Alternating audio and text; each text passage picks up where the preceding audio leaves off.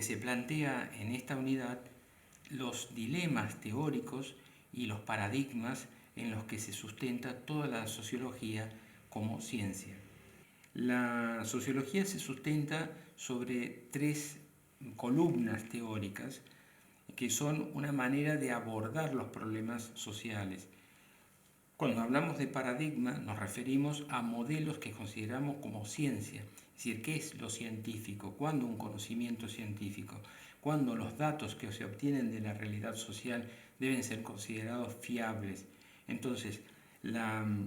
importancia de la perspectiva teórica es fundamental para abordar cualquier problema de la sociedad, sea en la relación con el derecho, la relación con la política o la economía, la sociología familiar. Cualquiera de los elementos que configuran la realidad social son abordados como parte del estudio de ese objeto social que es la sociedad en su plenitud y que la sociología pretende explicar las causas que explican la conformación de la realidad social. La sociología comenzó a ser reconocida como disciplina en el siglo XIX y su fundador o mentor fue Augusto Comte. Augusto Comte le dio el nombre a esta disciplina con la pretensión de ser un área de conocimiento que estudiara la sociedad en su conjunto, es decir, tratando de encontrar una explicación de los males que aquejaban a la sociedad y proponer soluciones para mejorar su situación. Luego, la obra de Comte, que va a quedar inconclusa por su fallecimiento, podríamos decir a una temprana edad, va a ser continuada por Émile Durkheim, que para nosotros va a ser muy importante tener en cuenta su obra y su teoría social, porque es el referente del primer paradigma que vamos a estudiar, que es el consensualismo o funcionalismo. El paradigma es un modelo de ciencia que entiende que los objetos sociales, las cosas, los hechos concretamente, van a ser estudiados objetivamente, tratando de obtener un conocimiento cierto de lo que se observa, sin dejar lugar para las presunciones, los prejuicios, la ideología o la pretensión del observador cuando analiza un problema, es decir, cómo querría que fuese, sino tratar más bien de describir las cosas como son. Un hecho social para Durkheim es como una cosa. Un vaso, por ejemplo, vamos a figurar que es un hecho social, puedo hacer una descripción de su peso, de su color, sus dimensiones, su diámetro. No estoy al momento de analizarlo haciendo una presunción de lo que es, sino tratando de describir las cosas como realmente es. La objetividad entonces es una pretensión muy propia del funcionalismo que trata de ser muy cierto, muy firme en sus descripciones, tratando de encontrar tanto la causa que genera el hecho en sí como la función que cumple en la sociedad. Vamos a ver luego en detalle, a través de los audios, en qué consiste este paradigma, pero es muy importante porque además se vincula con toda la filosofía positivista del siglo XIX, que después fue desarrollándose en el siglo XX, y es uno de los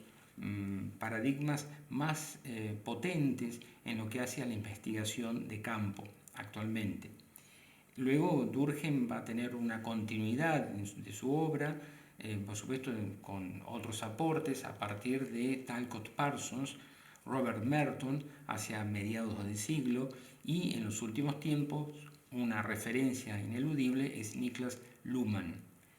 Es decir que ha habido toda una trayectoria, una corriente de pensamiento teórico y por supuesto práctico que es uno de los, repito, de los soportes de la sociología contemporánea. Este paradigma va a considerar a la sociedad como una unidad en la que todas las partes están interrelacionadas y cada una de las partes, las instituciones concretamente y los individuos, cumplimos funciones que permite que la sociedad se conserve en el tiempo como una unidad coherente, cohesionada y que, si bien no es perfecta su armonía, sus conflictos de algún modo se resuelven también como está previsto la resolución de esos conflictos dentro de un criterio general de organización.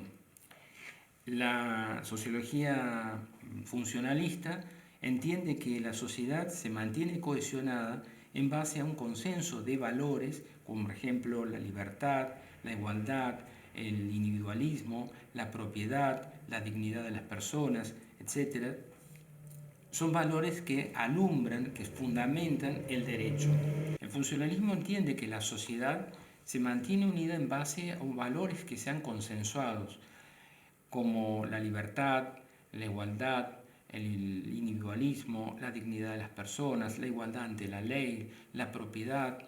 Son valores que fundamentan las normas jurídicas y también las reglas morales.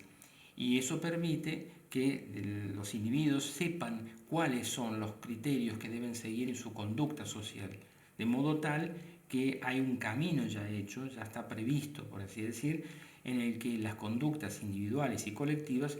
hacen su desenvolvimiento. No es que no existan conflictos, pero los conflictos tienen una resolución dentro del marco de reglas de juego que se establecen para la vida social. Hay que decir también que el funcionalismo considera a la sociedad como una entidad moral, sui generis, decía Durkheim, es decir, que tiene una individualidad, una identidad que es distinta a la que tenemos cada uno de los individuos que conformamos esa sociedad. Esta sociedad también tiene una conciencia, como la persona tiene una conciencia individual. La sociedad tiene una conciencia que es la conciencia colectiva, que reacciona, que actúa o procede en función de las percepciones que se tienen socialmente de los acontecimientos que aquejan a la sociedad. La reacción frente a un delito aberrante, de repudio, de deseo de justicia y de equilibrio, bueno, eso son manifestaciones propias de una conciencia colectiva. Esa conciencia colectiva está constituida por una serie de representaciones, de creencias, de convicciones firmemente enraizadas que reaccionan, repito, frente a hechos que puedan significar una amenaza a la cohesión social o una amenaza frente al orden establecido y a la negación de las normas que sustentan la vida social. El otro paradigma, el conflictualismo o la corriente crítica, está personificado de alguna manera por dos subcorrientes, la de Marx y Engels, es decir, el neomarxismo en todo caso, y del otro lado la corriente inaugurada por Max Weber. Marx y Weber tienen en común una percepción relevante de lo que son los conflictos sociales, es decir, que en vez de mirar a la sociedad como un todo cohesionado, más bien ponen en el ojo de su atención en lo que son las causas que configuran los conflictos. Para Marx, los conflictos tienen una explicación esencial, que es la desigualdad de clases, que está basada en la propiedad o no propiedad de los medios de producción. Esto divide aguas, por así decir, y genera una situación de confrontación, la llamada lucha de clases, que hace que una minoría tenga una serie de privilegios y con ello también el control de los recursos que le permiten el ejercicio de un poder de dominación, que una mayoría está sometida a las pretensiones de dominio que tiene esa minoría que se ha hecho propietaria de los medios de producción. Weber, como vamos a ver en detalle, es más bien un multicausalista, es decir, que las causas sociales que configuran los conflictos obedecen a múltiples razones. Es lo que decimos multicausal. Hay diversas dimensiones sociales que explican los conflictos que se dan en esa sociedad. Es una visión mucho más amplia, más compleja, si se quiere, del funcionamiento de la sociedad que no coincide con la versión marxista. Para Max Weber no son solamente las desigualdades que devienen de la propiedad o no propiedad de los medios de producción los que explican los conflictos sociales, sino que existen, por ejemplo, otras dimensiones que tienen que ver con las desigualdades de poder, con las desigualdades en cuanto a lo que es el prestigio de ciertos grupos sociales, que incluso dentro del ámbito económico hay diferentes tipos de conflictos que se explican por razones que no necesariamente están vinculados con la propiedad privada. Es decir, que amplía el espectro de análisis y ofrece respuestas mucho más multidimensionales que hacen la sociología de Max Weber un aporte y un desafío verdaderamente muy importante para comprender la naturaleza de la realidad social. Los dos paradigmas, el consensualismo, funcionalismo y la corriente crítica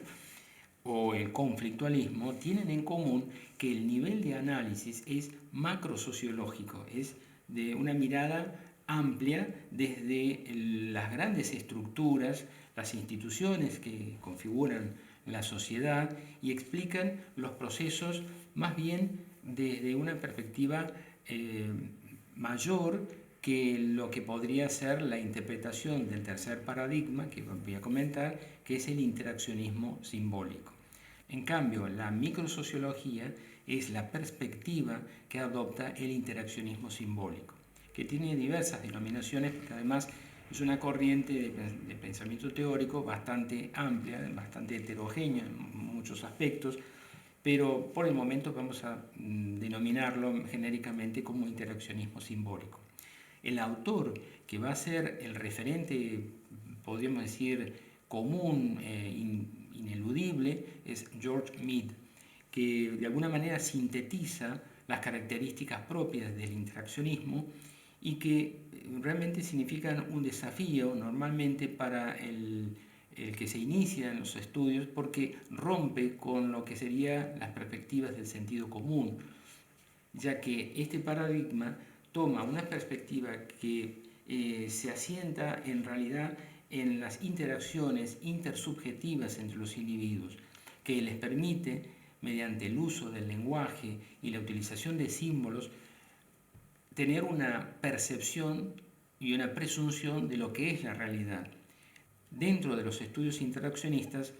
podremos ver que no hay una explicación de la realidad social. En una sociedad existen múltiples miradas de lo que se entiende como realidad social. Diversos hechos de diversas situaciones sociales pueden tener una interpretación muy diversa. Es decir, que la realidad social no tiene nunca una sola explicación. No es el objeto, como se pretende dentro del funcionalismo, que se describe tal cual es, en su peso, tamaño, color, como ponía como ejemplo, sino que más bien hacemos un ejercicio de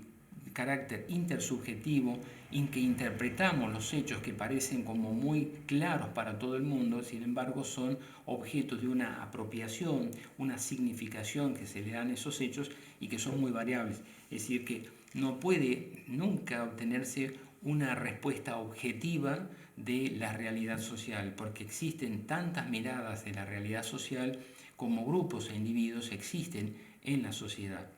Es una construcción de sentido lo que permite una captación de la realidad social que, repito, no va a ser la misma que la que pueden tener otros grupos sociales o instituciones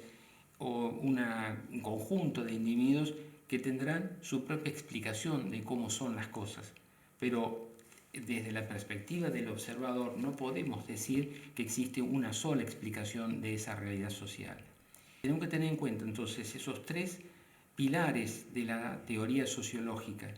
que en muchos casos pueden ser que en algunos momentos puedan ser complementarios, pero